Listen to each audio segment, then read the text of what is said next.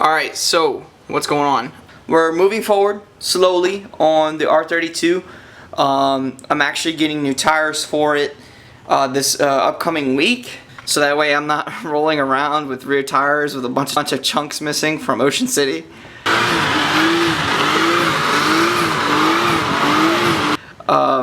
So yeah, we're finally making a little bit of progress, and I'm honestly going to focus a little bit more on cosmetic modifications because I haven't done those to any of my cars in forever. It's running amazing. I have yet to do a video on it actually driving since I fixed it, but it's fine. I've been driving it these last few days. It's been a blast. I haven't posted in a while because yeah, I work for one of the biggest logistics companies in the United States, and I also got a promotion 2 months into the job, which is very, very blessed. I am very, very fortunate to be in the position that I am in, and obviously it's a little bit more responsibility, and with that being said, you know, I kind of have to focus on that. But now that we have the focus away from it for a little bit, we're actually going to see, well, I'm just going to kind of touch base on the R32. So this right here is the AC pulley. I'm pretty sure you guys are aware that the car does not have AC. The AC stopped working, I think, like a little bit over a month after I bought it. And all it needs to do is I need to replace the bearing. I just got to get the old bearing out somehow. And it's been proving to be a pain in the butt.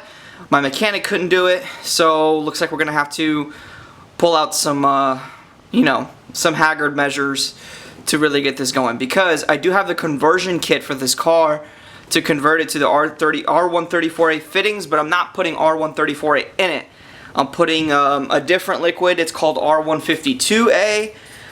It's honestly as cold as R12, and it also works with the mineral oils already in the system, and it doesn't foam up like R134A does, and I don't need to like change out the receiver dryer and all this other crap. So I mean, honestly, if I mess up the air compressor or mess up the air conditioning system by doing it this way, so be it, because I honestly don't mind driving without AC.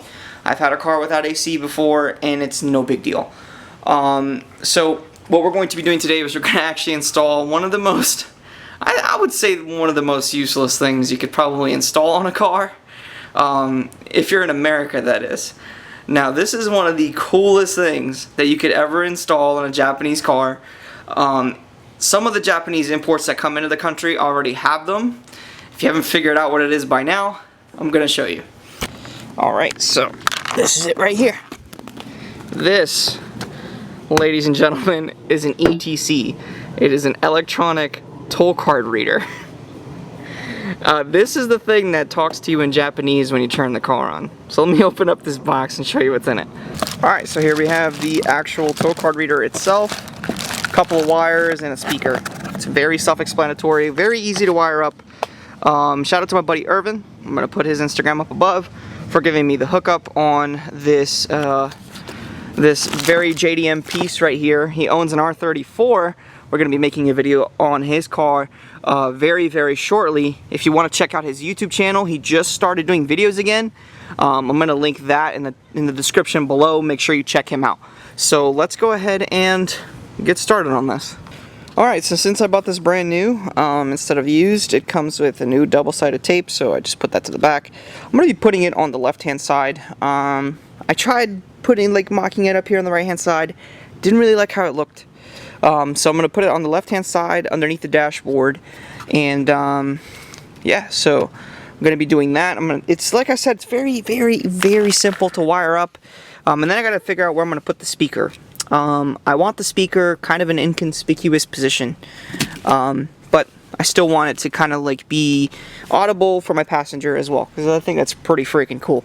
Alright, cool. So let's go ahead and get started on this. I have no idea what I'm actually going to wire it to, so let me go ahead and figure that out. Alright, sick. So I have the ETC wired up. This is just for testing purposes. Let's see if it works. Doesn't seem like it's working. Alrighty, take two.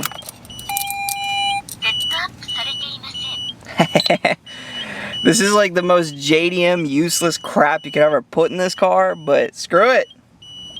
I'm just going to finish up the wiring here, clean it up a little, and then I'll show you guys what it's like when it's done. Alright, sick. So I wired everything up. Everything's all cleaned up, so I can see that the toll card reader is just down there. The speaker's right up here, facing the passenger. So when we turn it on, that's so cool. That's literally the coolest thing in the freaking world, bro. So if you get in case, let's just hear it one more time. That's sick, dude.